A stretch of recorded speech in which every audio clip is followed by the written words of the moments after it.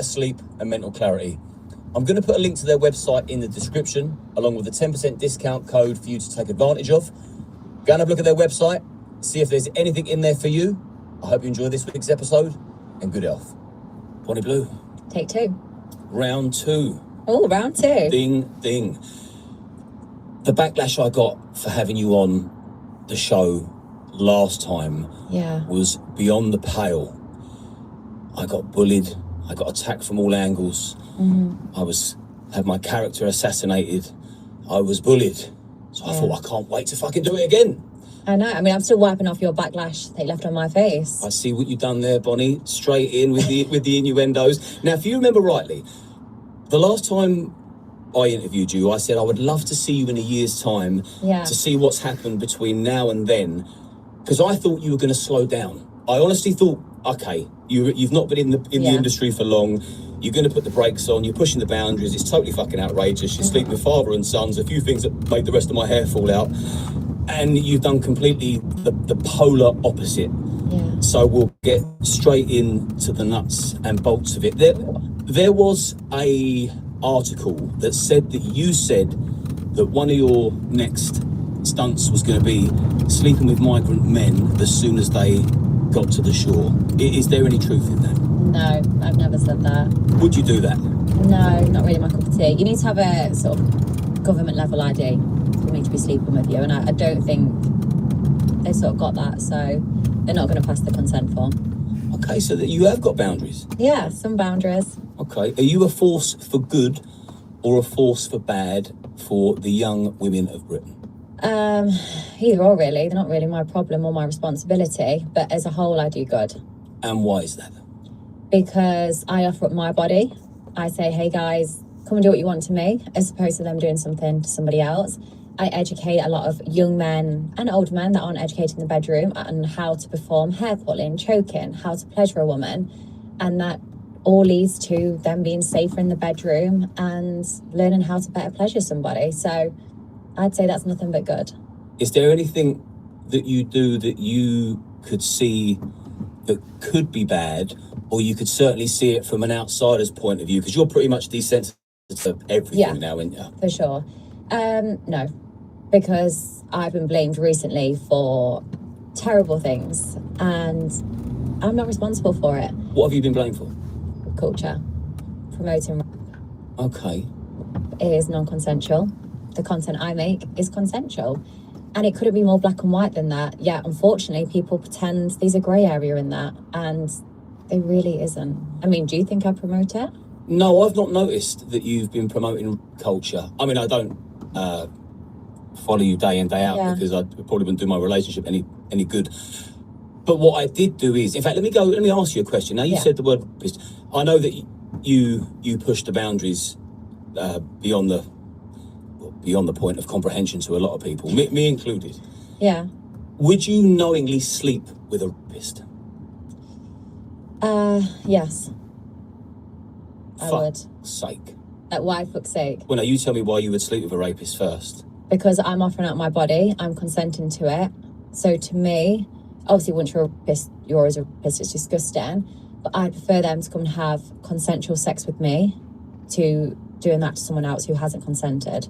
Just someone they're going to hurt and traumatise and never-ending list of issues. I would prefer them to come and use my body as opposed to somebody else's. What about on the moral spectrum? Would you not think to yourself, you're a scumbag, you need to be in jail, not inside me? Of course, but I've not got the handcuffs. It's not my responsibility to put them away.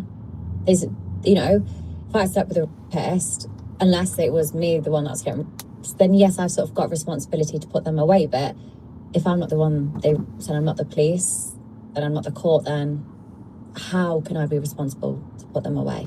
No, you're not responsible, but put it this way, I wouldn't knowingly sleep with a rapist. Yeah. Oh, we're different. This is true. You're 1,000 men marathon, we'll call it. Yes. A lot of people have called bullshit on that. You can see why, because logistically, how does that work? It was hard work. Logistically, it was really, really difficult, but it was like every 30 to 40 seconds. I started off doing gang, so the numbers could become, I guess, they could increase very quickly. And I always had, 30, 40, 50 people plus in the room I was in at all times, so they was hard and ready to go. And then on the stairs, there was 3 floors, and it was a spiral staircase, and at all moments of time that staircase was full. And there was a basement, it's like a holding area, which everyone was always in. So there was always hundreds and hundreds of people in the house that I was having sex in. So logistically, it was much easier that way, because I was never waiting around waiting for the next person. It was a consistent rotation. So when you say they walk into the room hard, ready to go, who's fluffing them up behind the scenes? So I had a beautiful girl, Callie, who she only did fluffing for about an hour throughout the whole day, because she had a jaw ache. But yeah, I had somebody helping me get them hard and ready. Like, sometimes I was able to, because I only needed obviously one guy penetrating me at once for it to count. And they were switching, and then I'd be able to get them hard through my mouth or my hands. And then once it was hard, they was able to put the condom on and then go inside of me. So sometimes I was able to get them hard myself, other times I had a helping hand. Was the whole thing recorded as evidence? Yes. So there's no denying it, you 100% slept with over 1,000 men in 24 hours? 100%. Do you think that added any value to society? Well, one, you don't have to do something to add value. I'm not responsible for adding value. But did it do anything wrong? No. So yeah, it did add value. What was the purpose of it then, not to add value? To pleasure, to have fun, celebrate with my subscribers and fans, and give back to them. Money. Like, sometimes people look too much into things. That's why we're here. Yeah, but it's like, are you this or are you that? Did you do it for this reason or another reason? And sometimes the answer is, I just did it because I wanted to. Yeah. I did it because it was fun and it was enjoyable and it was a good day. And it really is as simple. If that's the case, why film it? The money.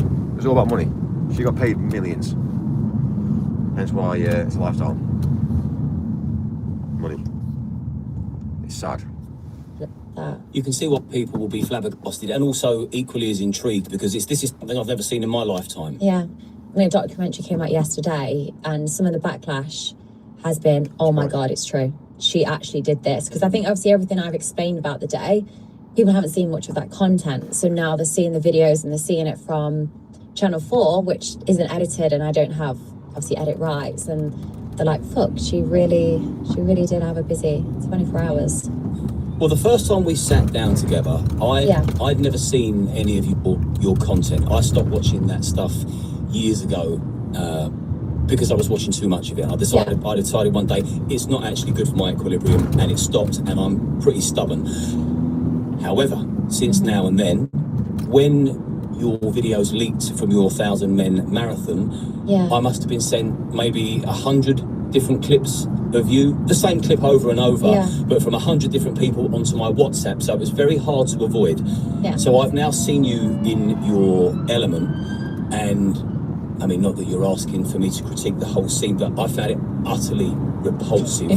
And I thought, that's what I went to at night. This is what I want to ask you. It made me feel physically sick, and I wanted to fucking smash them blokes in the mouth, some of them. That's horrible. Well, I don't know, it'd be interesting to see what people think in the comments. So there's a whole few questions wrapped up in here. To me, it just looked like a mass room full of disrespect. I know that you consent and that but I just think, do these men respect themselves? Do you respect the men? Was there any of them that repulsed you? Because there was all shapes and sizes. Some of them are fucking gross. Sure. Not gross. Everyone's got different shapes and sizes. And I've said before, I used to hate fat people. I was like, you know what, they're lazy, they're disgusting, whatever else. And then I started to meet fat people and certain subscribers that was larger. Subscribers. And they would say, you know what, I've got children, work's really manic, I don't have time to go to the gym anymore. And I started to realise a body shape doesn't reflect who somebody is. And I no longer feel repulsive if someone's skinny or fat or small dick, big dick. Like, I'm really... What about spotty or if they stink? You can't help spots. Like, God, I still get spots and my skin's sometimes patchy, and it's not things you can help. As long as you're clean, then, I mean, everyone can get a bar of soap and a shower. Like, as long as you're clean and you smell good, then that's all I'm asking for. Out of those 1,000 men, did any of them stink? I mean, the room heavily smelled of cum. So... What about body odour? No, there was no, honestly. Bad breath? Genuinely... Stinky feet? No, I mean, I did suck a few toes, but no, like... because, I mean, everyone's got different fetishes, but when someone asks for a tip wank, and I was thinking, we're not going to get far with that one. But everyone is so different, and they come into me knowing they're going to have sex, so they cover themselves in deodorant and aftershave, and they're excited, so they've had a shower. It's not like an unexpected one-night stand. They know it's coming. Yeah, I'm going to move it slightly dark. I'm going to give you a concern of mine. I don't mind BBC. I know you don't. Now that I've seen you in action, I know that you're not just all talk. Like you go all the way, and what you say I believe to be true, but because I know a lot of people have called bullshit on it logistically. I get it though as well, like why it would be hard to believe, or like sometimes, you know, like you said, you met me last time and you hadn't sort of seen it, so you're thinking, okay, how much is she saying this for clicks, how much is this for views as opposed to true? But everything I've said in terms of content and the stuff I make, people are always more amazed afterwards, because it makes you think about it, all these podcasts now, how much money should make on these podcasts? To air her, to basically air her for a podcast is money. Think about it. It's basically prostitution on a mass scale. You can't actually, prostitution in certain countries is illegal. But technically what she's actually doing is prostitution, but at a different level. She's got membership. Is membership prostitution? It's not like you're paying for a service, it's kind of like you're paying a membership. She's basically got around it, but still, when it all boils down to it, it is still prostitution at the end of the day. Like, it's all the views. Like, this is what made her. Imagine living in a mansion, and every single day you get back to that mansion, and you have to think, how did I get this mansion? How did I get this mansion? Well, then I have to sleep with, over 1,000 people in one day. Do you mean it's pretty dark, isn't it? Really, it's pretty dark. And then she says, "Oh, but I enjoy it. I enjoy it." She has to say that.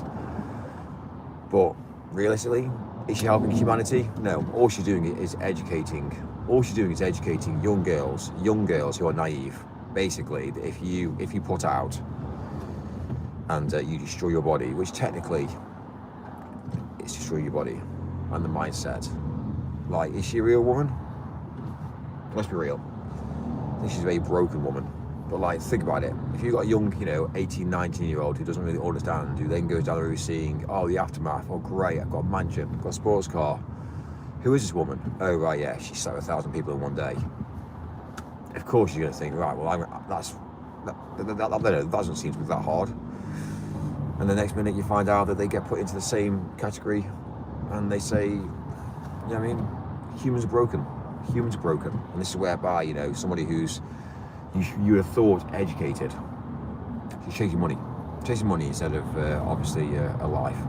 It's sad. It is fucking sad. And this is coming from me, who's educated in the world today. A woman's body is very, let's say, specific. It's very sacred. It's very, it's who she is. So to go down the road, just open your body up to everybody. Really? Really? And it's mad. You know what? It's just kind of like, men should really, really try hard to get a woman. Like, it should be one of those things. It should be one of those things that they should want a woman because they want the woman. Not because they want it for a one-night stand. They want her because they want to make her feel good. They want her to be long-term. They want her to protect, provide. They want to make sure that, that she is, happy. But really, is she really happy? Really happy? It's sad, really. It's really, really sad. Really sad. You go and look for it, and then you're like, oh my God, she is sick. Remember, this is somebody that hadn't done this before until somebody younger than her then did it. And then she thought, fuck it, I'm going to basically make sure that she saw the money. She saw the elements of the money. Lily Phillips came in and said, I'm going to do this. And she said, fuck it, I'm going to add an extra zero to it. So, let's be real. Or whether that makes you more disgusted in me, because you're like, she really does get railed. I fear one day someone's going to murder you. Do you think? I think you're a contender. Have you ever considered that? It's definitely crossed my mind. However, the hate I get is from women that are on benefits, stuck on their sofa, doing fuck all with their life. Are they going to get up and murder me? No. They can barely afford the beans on the plate, let alone a good knife. I'll tell you where I'm coming from. Yeah. The industry you're in will attract lunatics. Yeah. Now, any one of those 1,000 men that participated in that, for me, like, this is just me. And you know, I'm old school. We've spoke before. Yeah. I think that is one of the it's a muggy thing to do. And when you think, out of those 1,000 people, at least 300 of them are going to have a mental health issue. The stats don't lie. Correct. You're putting yourself in a room full of people that you don't know which one is the loose cannon. And you will get people obsess over you. They watch, they're going to fall in love with you. They're going to watch you, and they're going to think that there's going to be some people that think you're theirs because they watch you on the screen. And the world is getting madder and madder. And you get these serial killers that have got women issues, and they hated their mum, and they go on a prostitute killing spree. Yeah. I just think the way you're putting yourself out there, I fear one day somebody could target you and take your life. I think if we didn't live in such a dangerous society, I'd agree with you.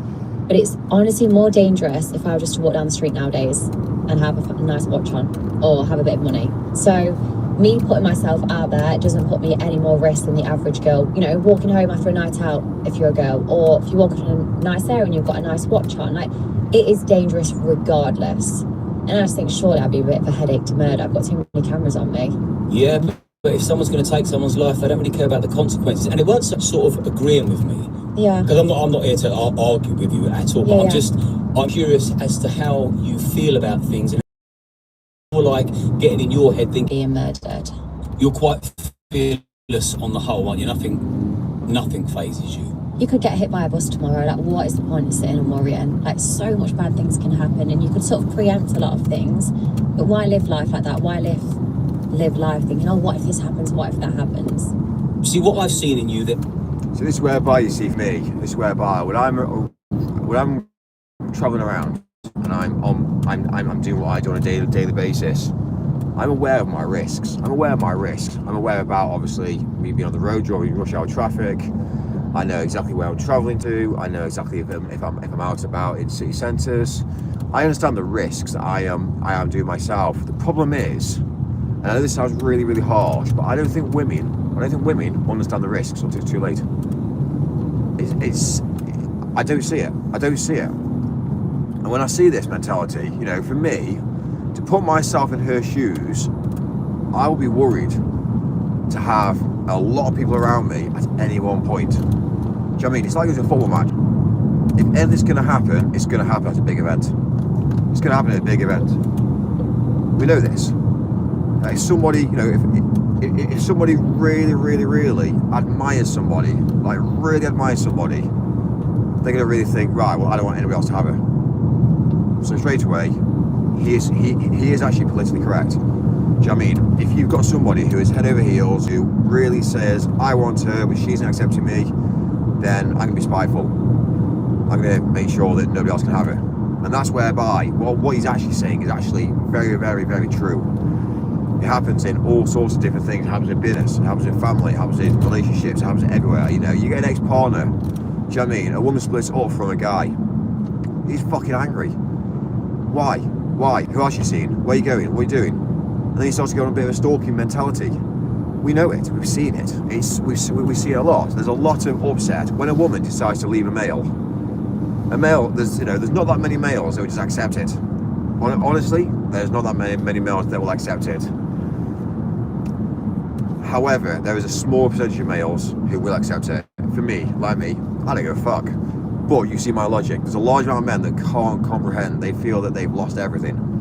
You know, they've put a large amount of energy into it. They've put a large amount of money into it. They feel like they've got memories together. A large amount of men physically get hurt. And when they say, well, hang on, fuck it. No. And it does happen. It does happen. And a large amount of the time. I know obviously it's a small percentage, a very, very small percentage on the big scheme of things. But the reality is the potential is higher for somebody like her than it would be if it was like, oh, well, somebody like himself. Like, let's be real. A lot of people that haven't seen in you, because this is now the second time we've sat opposite each other for a length of time. I know that you're a nice person. Yeah. We spoke in the green room. You've come with two male colleagues today. They speak well about you. So I know the core of you is nice, but the work you do, I think, for me, is ugly. Yeah.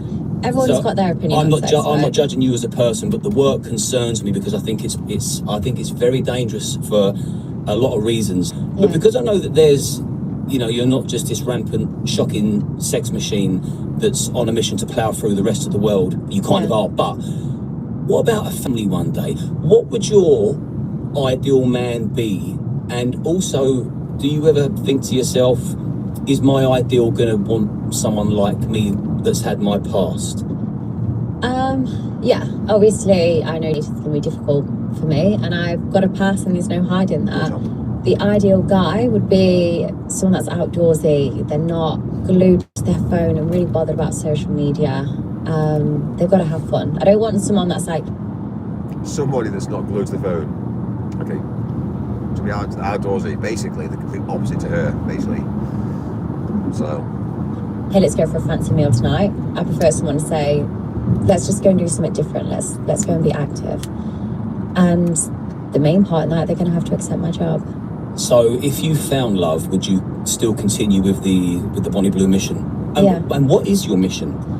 It isn't like a set mission, I'd say. I just want to stay happy. Money. And that's the biggest thing. That I'm not saying... Money. That's it. It's facts. It's money. It's an income. It's a source of income. But it's an easier way to make money. If you can put some video content out there and it gets views for the rest of your life, it's an income strategy. So straight away, the more video footage, the more in-depth video footage that you can put out there, it's going to be one of those things that when she's age 90, not that she'll make it 90, to be fair with you, but like when she's age, 80, she's still got an income stream. So that's pretty well the plan. Also, she's being paid to do this as well. Do you know what I mean? It's, let's be real, OnlyFans are paying her to do it, to be realistic. They take percentage. My mission in life is to do 10,000, or my mission in life is to do X, Y, and Z. I just want to stay happy. And it's as simple as that. And I think when you don't overcomplicate things, that's when you're truly happy, because you're chasing something. Yes, at the moment I'll plan events and I have things in the near future, but long term, I haven't got a clue what's going to happen. As long as I'm happy today, next week and next month, the rest will work itself out. And if at any point I'm unhappy, I'll stop. And I think you mentioned obviously you find my work, disgusting, whatever, and that's completely okay. More people are actually disgusted in me, in the fact I'm okay, and they want me to be traumatized and they want me to be upset.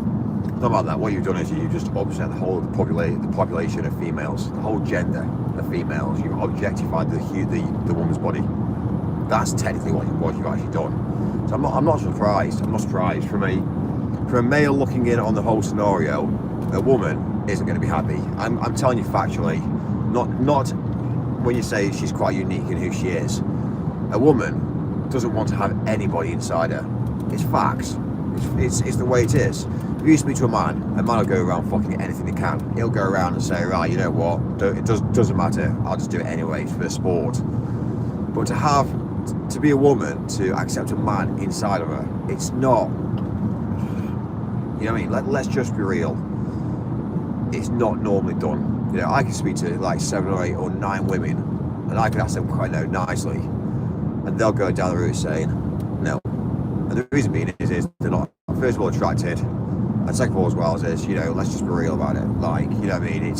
There has to be a connection. So straight away, let's be real. What you've actually done is you've just gone and objectified a woman's body. You've just downgraded or degraded a woman's body to say that women are useless. That women have got no, obviously, you know what I mean? They've got no control. And then obviously what you're then saying is that actually, to be fair with you, it's kind of like, right, okay, now I get it. It's, men just go down the route of sleeping around with as many women as possibly can. So straight away, she's objectified a woman's body to be priceless. So it's a shame really, but she's done it. And of course it's controversial. Of course she's going to get a load of backlash. And again, she's going to get paid a large amount of money because not many women would do it. So do you know when you say about social media platforms, they're all the same. They're all the same. To get rich, you have to be different. You can't follow suit. You can't go down the route saying, well, that's a company that's making a large amount of money, so let me just go down the route of cloning what they do. You've got to be different. You've got to do something you've got to be that company that does something different. Maybe, you know, maybe let's say for instance manufacturing. If manufacturing needs power, you go down the road thinking, right, well, if they're manufacturing in a city, in a warehouse, let me change it. Let me go down the road putting, you know, solar panels. Let me pull from the sun. I've just dropped my overhead costs. Let me not go down the road of having a warehouse in a city. Let's have it out in, you know, out in the sticks. Do you know what I mean? And it's all about pre-planning. You know, why even have a warehouse? Why you just use vans? You know, why you just have multiple vans that are located in specific locations and not have a big warehouse? So straight away, there's all these different logical thought, you know, formats in place. So really, when you look at obviously who she is and what she's actually done, to me, in my eyes, I don't think she's done any good for the community, for the population of humanity, the species. I think she's actually gone down the road to trashing, absolutely trashing a woman's body. And you know, it's unfortunately, you know, the same mentality now is well, you know, if somebody goes and tries to obviously make conversation with a woman can just go down the road saying, stop talking to me, go and, you know, send a DM to Body Blue. You know what I mean? That's basically, it's how it is now. You know what I mean? It's where it's all gone wrong. And the fact I'm not is what shocks people the most. People are actually coming to terms with sex workers a lot more, and a lot more sex workers are respected. But because I come across normal, well, somewhat normal, then I talk about what I talk about it. That's when people are really sort of disgusted in me. Well, you are dead behind the eyes. Everyone says this. Do you think I am? Yeah. Oh, okay. I mean, when you're talking about sleeping with 1,000 men, it's as if you're an air hostess telling. When you look at Body Blue, she's got the looks, fine, accepted. When you actually look at who she is, for me, I couldn't do it. Because, and I'll tell you the reason why I couldn't do it. Because I look at personality, and she has not got a personality. For me, it's not a personality. Her personality doesn't attract me. In regards to who she is, she's dead behind the eyes. And exactly what he said there. She's just gloom. I think really, the problem I think she's got, I know she has to play it off now, but I think she's actually really got, she isn't happy basically behind the eyes. She's sad. She knows full well what she's done is absolutely abysmal, but I don't think she understands, or maybe she doesn't understand now, but when she did it, she didn't understand the backlash, and I think now she's done it, she can't fake it, she's done it. So she's got to go with it now. So she has to change the dynamics and say, oh well, I was really happy. I want to go out there and pleasure as many men as I possibly can. You know, she's had to turn something that's so negative into a positive for her to actually accept it. So where the emergency exit is. Chicken or beef? Yeah. So a lot of people, I think you're possibly a sociopath, or there's definitely a personality disorder in there somewhere. I mean, in my opinion, I've got nice eyes. I'm not saying they're not nice, but I'm just saying there's like a zero fucks. I'm looking right through you. Give me your best shot. I'm not phased, kind of. I think, even though I know this is going to be a positive interview, you probably noticed a slight difference to my composure to when I'm sat out there to when I'm in here. Like, I always have to defend myself to a certain degree. And I don't want to attack you either. No, and I know you're not. I know this is is coming from a good place as well, because I don't want you dead one day, and I also don't want young girls following in your footsteps with the greatest respect. See, I'm more than happy for girls to follow my footsteps, as long as they understand, hey, look, I get death threats. Hey, No. Do not follow in her footsteps. Do not do it. Seriously. If you are a female of a younger generation, don't look at her and think, I'm going to do the same. Because I'll tell you one thing. Yeah? It's not what it's about. This has gone wrong. This is something that's gone wrong. This is a publicity stunt, a viral stunt that's gone wrong. So yeah, don't do it. And also, when you build anything, if you build a business, you've got to be better than somebody else. So how on earth are you ever going to try and compete against her? She's done something that's so stupid, so like downward, so like unethical. What are you going to do now? Try and be more unethical than what she's already done? What, you're going to try and increase? So I mean, if you're going to do anything, you've got to build it. You need to build it. You need to build graphs, volume. Like how... Okay, for a beautiful life, and I earn a lot of money. They think, okay, I'll do that.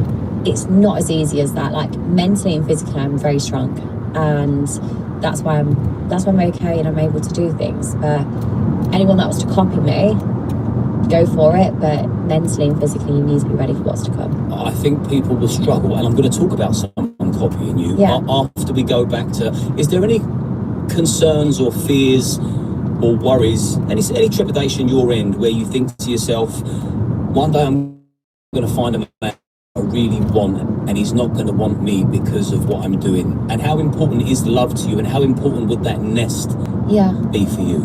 I generally don't think I'd ever be in that situation, because for me to love them and for them to love me, you've clearly been speaking for a long time, you've got to know each other, you've been dating for X amount of time, so they would have already known what I've done, they would already know my history and what I do for work. So I'm never going to get to that stage where I'm like, oh my gosh, I'm in love with this person, but now he doesn't want me to do this job. So I'm never going to get to that point where I'm like... Basically, if you're a female and you do this, you're going to be unwanted. A man wants a woman who is, again, sacred to him. That's how it is. Do you know what I mean? So, like, when you actually find out that it's like one of the questions that I ask. It doesn't really matter, to be fair with you. But it's a question that I ask a lot of women, to be fair with you, and I know people will object to it as well. But if I ask for a woman's body count and she won't tell me, or if she tells me, I have to double it. So straight away, if she says, oh, I've slept with 10 people, tends to be 20, because that's what a woman will do. A woman will always halve what she'll always halve it. It's facts, it's figures, it's how it will always happen. If she says that's the information I'm not going to tell you, if she can't even be honest and tell you, if she can't even be honest and tell you a figure, you know what? She'll lie about it. If she lies about that, she'll lie about everything else. It's not worth it. And this is the reason why women are broken. Like, I might turn to me and say that my body count's over 60. But like, it doesn't really matter to anybody. But to me, that's the truth. You know what I mean? You told somebody that your body count's a certain body count. If you can tell somebody the truth about that, then obviously you're telling the truth about everything else. So really, let's just be real. Like, when a woman basically tries to miss out the question, you know full well it's going to be a correspondence it's going to be a connection that isn't going to happen, because straight away they're like, well, I'm not going to tell you. Well then, sorry, I've got no time for you then. And that's how broken humanity is. But she just says, oh, by the way, yeah, it's X. They kind of like, okay, fine, accepted. And that's what I can live with, because you've been honest. So it's interesting. It is interesting.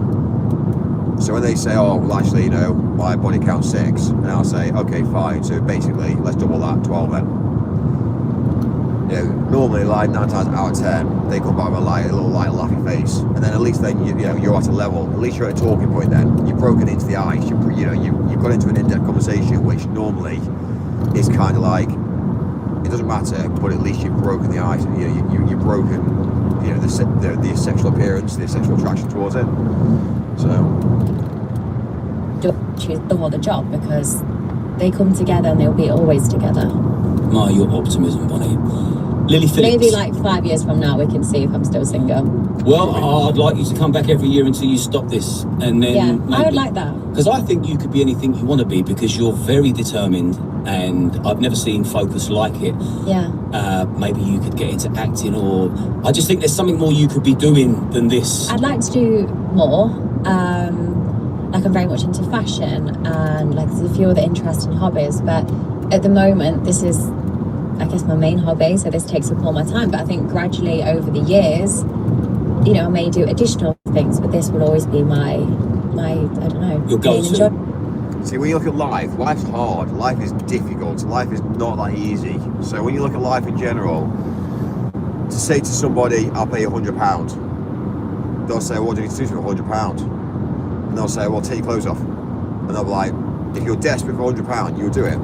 So when you look at this mentality now, it's easy for her to go out and do a video, to go down the route of, obviously having a load of pleasure, which technically, to me, it's a bit of a dud pleasure, really. But anyway, that's fine. But it's easier for her to do that, to get paid a load of money, and then to obviously then think, right, okay, that was a bad day at the office.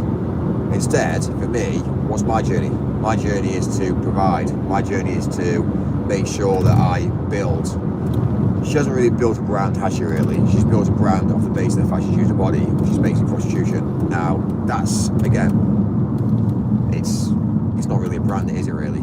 You can't sell that brand. I can't go down the route building a brand and say, oh, by the way, yeah, I'm going to build this brand and I'm now going to sell the brand. It's worth 1.2 million.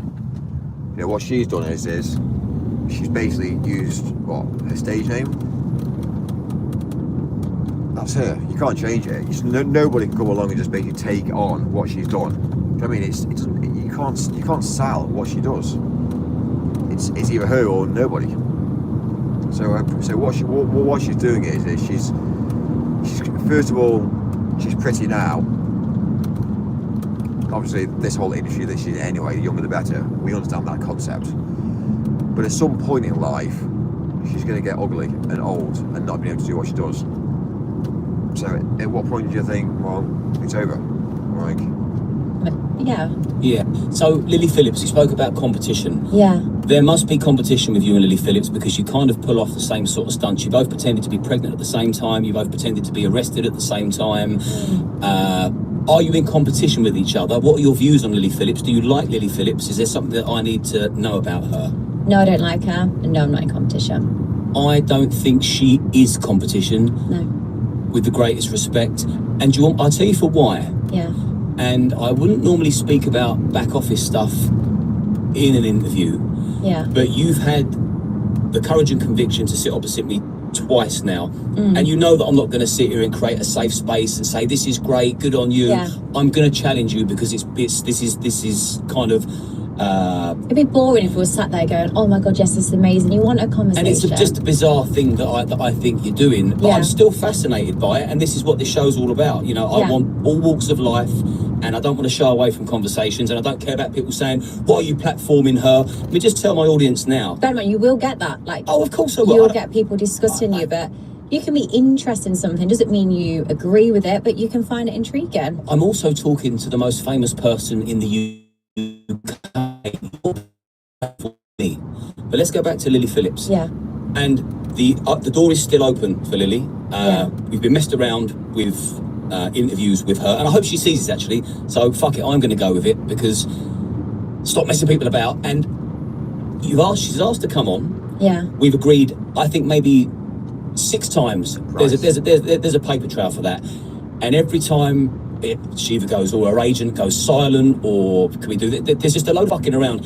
And I believe that's because when we replied to her request to come on, my guest book said, be prepared to be challenged because I have to. Yeah, 100%. Like I said, it's boring if not. But I think that she's swerved me and gone on other ones that are going to be more soft on her. And so I do respect the fact that you know that I'm going to challenge you on what you're doing, and you've still agreed, and you've turned up both times, and you've been very pleasant, and you've not taken umbrage to any of my line of questioning. You've been very forthcoming. Yeah.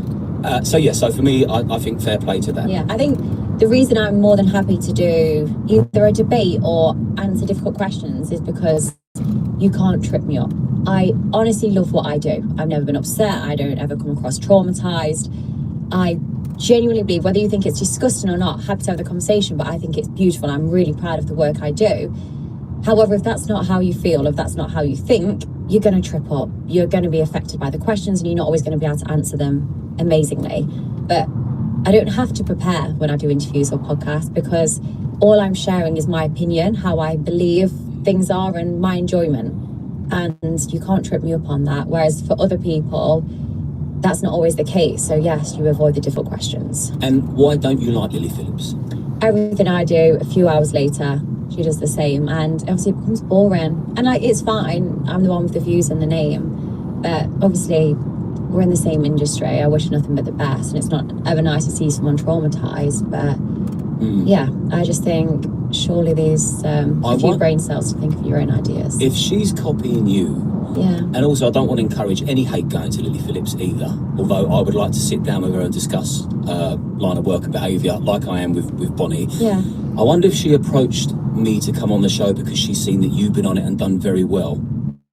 You know, could be. It's a possibility, isn't it? Could be the case. Obviously, you've got a good podcast, but yeah, very much if I do something a week later, she's also doing it, which is fine. Like, I would say I don't know how more people don't copy. I give a lot of sex workers a clear blueprint on how to be successful with your marketing, how to present yourself. But the other reason why I guess people don't copy is because I clearly enjoy it. And I wouldn't want people to try and copy and put themselves in hospital left bleeding, which other people have done. Like, you've got to do it if it's right for you mentally and physically. I heard you say that you would engage in a full-blown gang even if you were pregnant. Now, did you mean that fucking madness, or was that just a marketing shock and or get your attention? No, I honestly would. As long as it's safe for the baby and myself, 100% I would. Come on. I would. No, come on. This is now we're going into fucking insane territory here. This is like the father and son sleeping with each other. People love like pregnancy content. Yeah, but what about your baby that's growing inside your belly? That's what I mean. I'd have to have like a doctor and I'd have to be checked before and afterwards. A bit like exercise. That's not my If concern. you want to do certain exercise, you have to check with the doctor to say, hey, is this okay? I'm pregnant. Mine would be the exact same. Having sex just because it might be with 100 guys as opposed to one guy. If I was pregnant, I went, oh my God, me and my husband have got such a healthy sex relationship. Well, healthy sort of sex life. We had sex for like 10 hours yesterday. You wouldn't be like, oh my gosh, you're insane, you're a psychopath. But just because that's going to be different cocks going inside of me, suddenly it's an issue. Yeah, you're not comparing lemons with lemons here. What about the baby? When that baby grows up and becomes an adult human being that knows that when she was, or he was in your belly, you were being railed by 100 men. Does that not concern you? The fact that your child will look back and think, you fucking animal, what were you doing? They might not like it. But will that not bother you? Your own child not liking you for doing I mean, that? no matter if I am lucky enough to have children, they are going to get hate and they are going to get picked on. But are they going to get ganged when they're growing in your belly? No, I mean, not everyone can have one that's Bonnie Blue. Like, there's going to be pros and cons, you know, if I have children. But what I can say is that my children will live a beautiful life. They have brilliant healthcare. They will spend quality time with me. They won't be shipped off to childcare and have someone else drop them off and pick them up from school. Most parents can't spend a lot of time with their children because they've got to work and, you know, it's expensive. You can't not work. Well, I mean, a lot of people don't work, but... What about the humiliation they would have to live with knowing that when you was carrying them, you was having sex with multiple men on camera? Because you know that would humiliate them. Well, I don't necessarily think it would humiliate them, but I'd have to educate them a lot and I would tell them from a early age, hey, this is what I do, this is my line of work. But I also haven't thought that far ahead. Like I said, I think about short-term happiness. I'm not... So a child has a basic program to be able to basically breathe, obviously be able to move, like the basic. So they're relying upon their mother and their father to bring them into civilization, into society as society is. And we know life's hard, life is shit. We know this, let's just not gloss it over. The world is a bad place. So when you look at the whole of the world, it's not nice. And I think you get to a certain age whereby you grow up and think, fuck, it is awful. Luckily for me, I realised at age, I don't know, I realised at probably age 16, 17, 18 that the world wasn't a nice place. So straight away, I've been mummy cuddled in my younger generation. Next minute she says, oh, well, so I'll tell them at a young age. It's kind of like, is that what a mother, is that really the right thing for a mother to do? Is to go down the route of saying to their kids at a young age, yeah, mummy's going to go into work today. Really? It's broken. I completely dismiss long term, but I lived a life for many, many years where I was so fixated on, oh, I'll be happier in a few years, oh, I'll be happy in 5 years, oh, I'll be happy in 10 years when I'm married and I've got a house and a couple of children. And then you realise you dismiss your day-to-day happiness all the time. It's sort of just like oh yeah, whatever, I'm working hard today to live a better life tomorrow. And then that tomorrow suddenly is like 5-10 years down the line. So I'm not sat here thinking, oh, if I do have children, what are they going to think, or what's going to happen? And I might not even have children when I'm older. Would you like to have children, and do you think you'll be a good mother? I think I'd be a brilliant mother, and I'm not sure of children. That's sure the honest answer. So before, 100%, I was obsessed with the idea of having children from such a young age.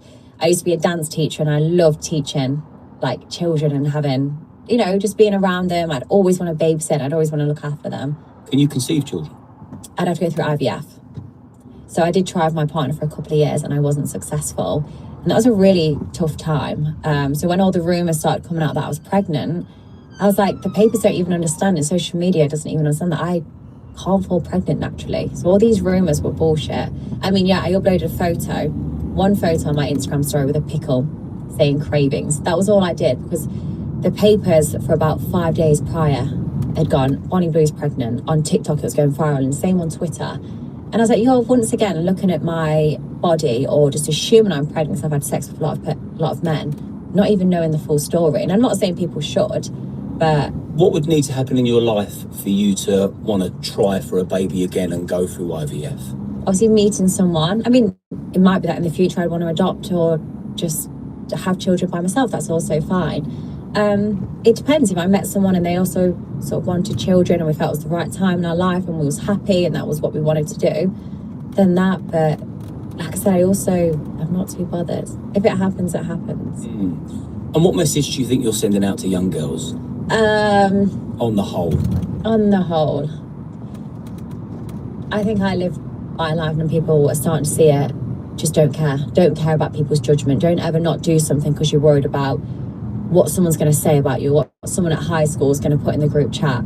And that's generally what I believe in. I think that's the best message someone can take from me. I'm not saying sleep with 1,000 people. I'm not saying I'm the best role model, but I don't care about being that. But I do want people, whether that's women, men, girls, boys, live a life that makes you happy. Don't be comparing yourself. Don't be trying to do something just so someone says something positive about you, because you will get old and regret living by someone's judgment and not doing what you want to do in life. What's your date of birth? 1405, 1999. I said it quick, you answered immediately. That probably clears that up. A lot of people, when you've done my last podcast, no way she's 24, no way she's 25. I mean, I've always been very mature for my age, like in terms of my mindset. And I think you even touched on this prior. Like, I've got a very... You're an old soul. Yeah. The way I speak and the way I am, but no, I'm 26. I mean, apparently I'm transgender as well, so we can add that one to the list. Are you a man? No. Were you born a man? No. Okay. Are you sure? Positive. Okay, so that's that cleared up. So that's that one cleared up. But yeah, there's so many rumours, and one of the biggest hate comments I get is, oh, she's 46. And I'm really not bothered by it though, because I'm like, fair enough, okay, you think I look old, but for me, I've got good skin, I think I'm in shape, I'm happy and healthy, so what more? Where do you draw the line with your boundary pushing? I mean, what's done, and where do you draw the line? I mean, 1,000 men's outrageous. You had Lily Fitz doing 50 men in the back door. You had her walking around the streets of London with spunk all over her face. It's just like, fucking, what are you girls doing? But where is there a line that you won't cross? I mean, you did say that you wouldn't sleep with illegal migrants, which I was delighted to hear. Oh, thank you. Yes. Well done, Bonnie. Give it a good shake. You've always got to slip something like that in there. Yeah, you can slip it in. As long as it's legal, I always say, as long as it's legal, I'll give it a go. As long as it's legal, I do have limits, so I don't do backdoor. But my next event is on the 9th of August, and I'm really looking forward to that one. Tell me about that. I want to welcome all shapes and sizes and all ages above 18 to come and let me check their balls out. So it's going to be me and 2 official doctors, and we're going to be checking for testicular cancer. Well, I say we. I'm going to be busy using my holes in other ways, but there's going to be a massive benefit from the event because people can be checked for testicular cancer. And how does this end after they've had their testicles checked? Well, hopefully everyone's fit and healthy, but if not, I'll be putting them in contact with doctors and we can see if we can help. Is there something additional to the testicle checks that you'll be doing on the day? Yeah, I mean, my holes are going to be used, for sure. Okay, so there is that twist to it. I can't see thousands of men and not have my holes used. I mean, what's the point in having them? Exactly. My first ever event was meant to be a bukkake where it's just a blowjob. And just before the event started, there were 75 guys. And I was like, hold on a second, why can't I fuck her? Like, why can't I just get bent over instead? So whatever I say, even if I say, it's just going to be a hand job or blowjob, the next minute you leave the room, you come back in and I'm bent over and all the holes are being used. Do you respect women on the whole? Yes and no. It's a difficult one. Like, you know when I said people try to say it's one or the other? With women, it's not that I disrespect them, but when I get hate, sometimes I look at where the hate's coming from. And as a whole, it's fat, lazy women that sat on benefits. The bio says stay-at-home mum of 2. No problem with that. But don't tell me I've took women back hundreds of years. What's the point of you even trying to argue a good salary? You don't even fucking work.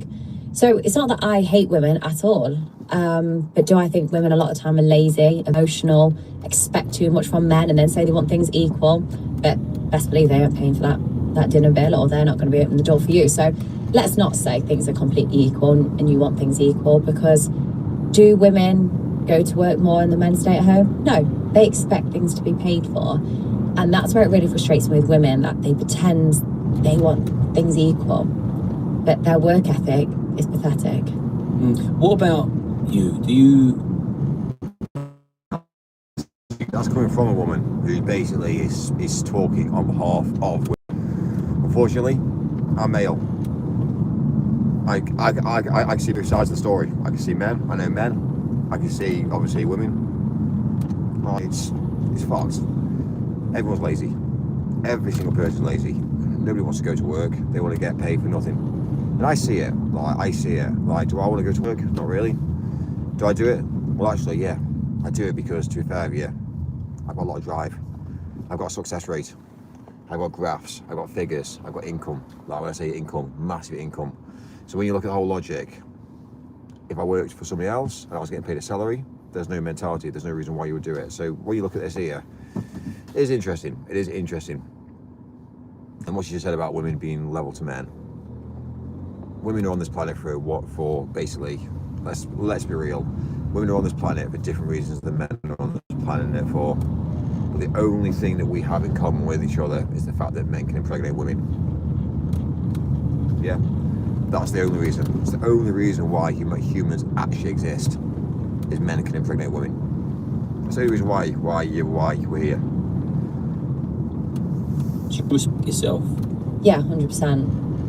That's going to come as a shock, and I know, but I think it's more disrespectful if I'd have let myself stay in a recruitment job or office job or any sort of job of such, worked 40, 50 hours a week for 20 days annual leave, for a salary that is restricted by someone, and you have to ask, if you need to go to the doctors, you need to book it as a day of annual leave, and you live this most generic life, and you can't really create anything too beautiful within those restrictions.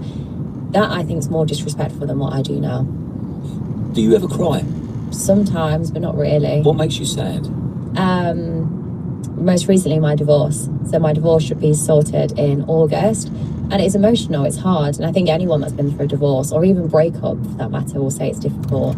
And me and my partner have been separated for like well over a year now, but the divorce just sort of finalizes, this is an end of an era. This is the end of it, and they're thinking about growing old together, and they're thinking about having children together, and you know, them conversations you have, you know, signing the divorce papers make you realize, okay, that's over. Do you still love him? Oh, I'll always love him. Yeah. I saw that he was on your Channel 4 documentary, and I thought to myself, he's either the ultimate simp or the ultimate pimp. Which one is he? Neither. He is a really sweet guy. I'm really grateful to have spent 10 years with him. And it's fun, like, now, I always thought, how can people stay friends when they break up? But I'm in a position where, I've said this before, the last few years of our relationship, we probably should have separated, but we'd become so comfortable with each other. We'd been together so long, so naturally you just get used to it. And we love each other, but we're not in love with each other. And I think for many couples and many people that have been in long-term relationships, confuse the two. And it's so easily done, but I was brave enough and confident enough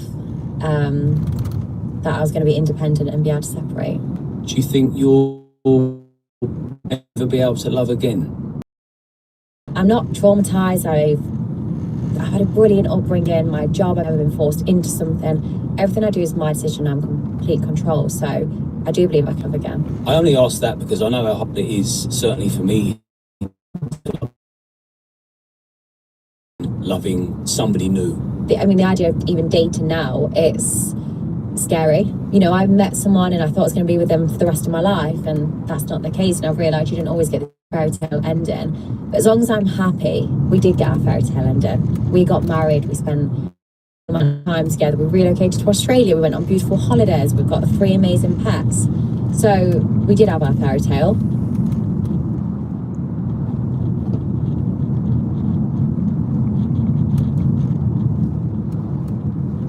That was one chapter. Friends? Oh, 100%. Stay friends? Yeah. He actually sent me a text on the way here. I said, did you watch the documentary last night? And he said, do you want my honest opinion? And I said, yes. And I thought, okay, now he's going to go in on me being more proud of you. I can't remember what the message, just like I'm really proud. I thought it was amazing. And what would Channel 4 normally like a big left?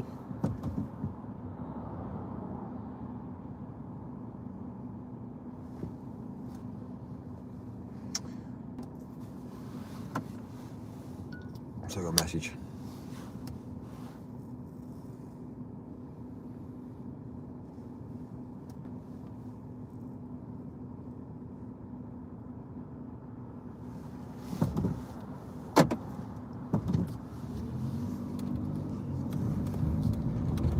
Hi, how are you? Right?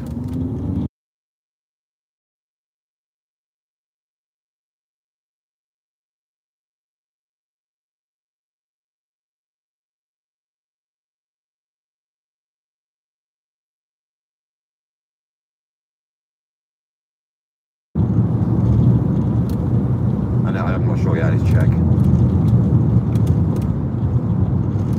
Oh right, fine, amazing. I'm just currently 26 minutes away from destination now. And then I'm done. I'm done for the day. Well, yeah, it's just kind of like, I'll be arriving at 4 minutes past 5.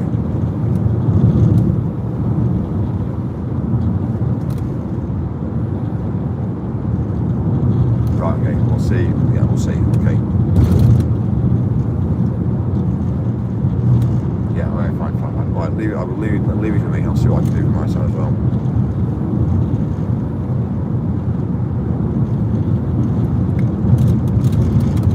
Right, I'll touch base later. Alright, thank you. Cheers, mate.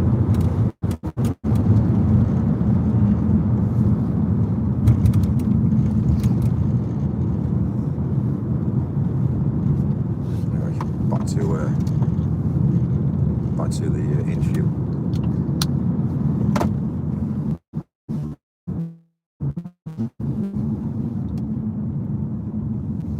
I mean, I can't believe they went there. Restrictions, wasn't it? Sticking that out. Yes, funny how they how all these things seem to be orchestrated. But yeah, what were they like?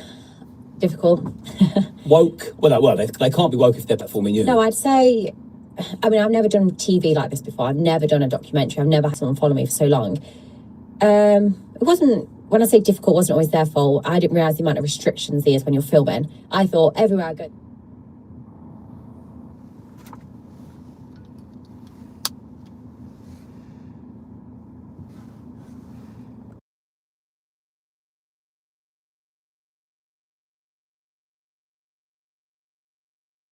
Yeah, man, all is good. How you getting on?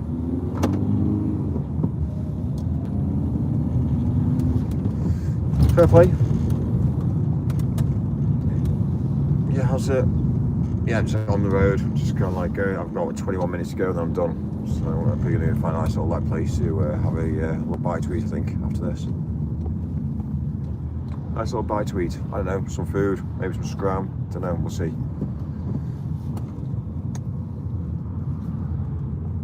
But yeah, we'll see. But yeah, so yeah, I'm 24 minutes away. So yeah, it's a bit of a chilled out day today.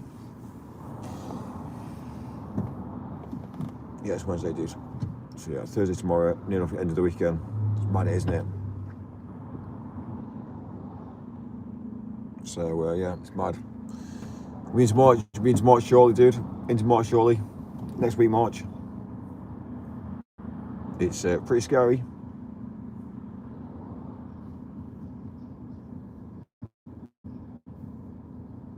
So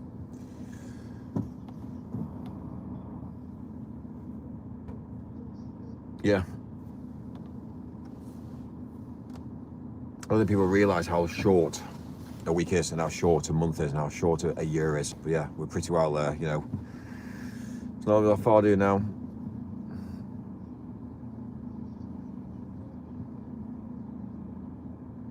Well, that's what I base on, you see, because obviously, because I'm in business, I tend to look at quarters. I don't look at week by week. I don't really look at, you know, well, to be fair, I don't look at months. I tend to look at pretty well weeks and quarters. But yeah, but it's interesting to see the difference. Like everyone's living life by life, thinking it's Monday to Friday, Monday to Friday, Monday to Friday, and then they have the weekend off to get fucked up and pissed up. That's how they see life. They don't really look at months, really. So,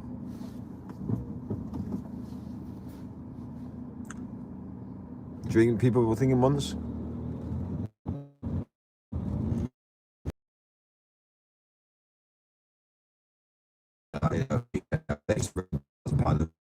They break that down to weeks, so surely they know how much money they spend per week. Their body appearance, so them coming to see me is a boost in their confidence. Or maybe they absolutely adore the wife, but the wife's no longer sexually active in that sense, so they just want to come and see me, have their release, and then go back to them. Like, I don't judge them, I don't find them disgusting, I don't care if they're skinny or fat. Like, genuinely, I'm not repulsed by them at all. Okay, what about Mr. 950? Yeah. That's had 949 go before him. Is there never a moment where you look at him and think, you fucking pathetic man? No. I do sometimes feel sorry for him. I think, fuck, I'm so sorry I'm coming in so much cum. Because some guys love it. Nothing worse. God, the amount of men that will want to clean me up afterwards. They want to clean my jewellery, they want to clean my face and everything. And you don't think these motherfuckers are the saddest individuals you've ever met? No. They want to mop other people's spunk off your face? I love the fact that they know what they enjoy. I don't know, that's weird. Like, would I do it? No. Would I go and think? Because it's not my fetish. Like, I love other guys coming to clean, like, come off me, and it turns me on. But would I want to go and lick a girl after, 5 girls have squirted on her face? Probably not. Like, you've got to do what suits you and what turns you on. But at no point have I ever felt disgusted by him. The only time I've ever kicked someone out, during the 1,000, there was a moment where 4 guys were on the sofa. I was being fucked from behind in doggy. And one of the guys that was lying there with his dick out was like, oh my God, look at his is really small. Oh my gosh. And I was like, get out. Like, instantly got security to make him leave. So I was like, everyone's here, whether you think they're disgusting, whatever. No one is being judged. I don't want anyone walking away from this feeling insecure, feeling like I was laughed at, I was judged today. So that's one thing I don't do, and I never will. So that's the only time I've been disgusted in someone, and I was really frustrated that he did that. I was like, you really let me down there. Because if you know me and you're a subscriber, or you could watch me for 5 minutes and you realise I genuinely am proud and really passionate about the men that come and see me. So that really frustrated me. Well, you may be dead behind the eyes, but there's kindness in there. I am, as a whole, a very kind, these words are probably going to make me laugh, like sweet, innocent, and quite shy person sometimes. Like, if we went to the pub and I wasn't Bonnie Blue, I probably wouldn't speak much. I'd be like, hi, you okay? I hope you had a good day, type of thing. And I don't walk in and want all eyes on me. I don't want all of the attention. Do you get approached a lot on the street or in public? Yeah, and... you are mega famous. Yeah, it's so weird, because that word, I never thought my name and the word famous would be linked. Mega famous. I know, it's really weird. In my family, I walked around the park recently and we got stopped literally every 5 minutes, if that. Everyone was coming over for photos, asking for me to sign things, and they was just amazed. And my dad was like, oh my God, this is crazy. They just see me as Tia. They just see me as their daughter. Who is Tia? Who was Tia? I'm still like I say now, Tia and Bonnie have crossed a lot. It originally started off with Bonnie Blue. I was doing it for money. I was doing it to better my life. I didn't enjoy the sex. Majority of the orgasms were faked. I didn't even know you could come on camera, because I thought, how on earth are you enjoying yourself on camera?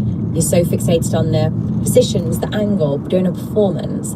Then over time, I became a lot more confident in the bedroom, that I wasn't as fixated on the cameras. I wasn't like oh my God, there's a camera there, I need to do this. And I was more confident in myself, that if it took me longer to come, I didn't feel like, shit, I will just fake it. You know what, okay, you need to go a little bit to the left, no, stick another finger in, can you do this? And it gradually made it so it became less of a performance and more of a natural thing. I enjoy this, yeah. Like some of my sex tape now, I watch my face as I come and I think, God, I should have faked that one. I've got like a double chin and you can see me tensing up and shaking. That's also a bit like you're having a fit. Yeah.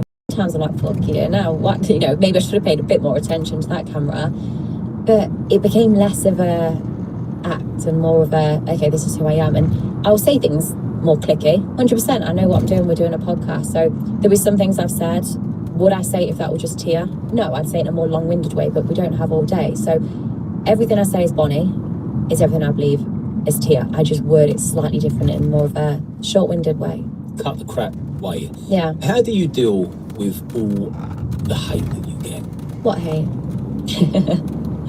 I've spotted a little bit. Just a little bit.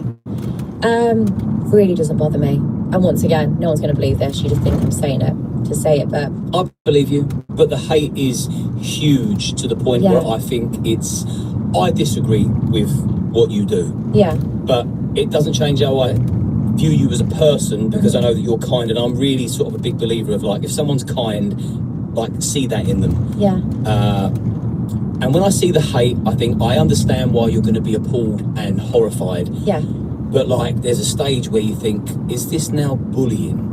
Yeah, I always say, like, I've not debated with you, I can understand why you think it's disgusting and X, Y, and Z. And then when I see these comments, I never argue them. The only time I'm argue it when they're like, you should be in prison, you are a predator, you are a groomer. It's like you're trying to make a statement of something that's not true. Well, I've seen people wish you dead. This is what I mean. Yeah. So there's one thing me saying, you know, because in a minute I'm going to ask you, what can I say to make you stop this? Because I think you could put your fame to better use. I'm going to come to that. Mm-hmm.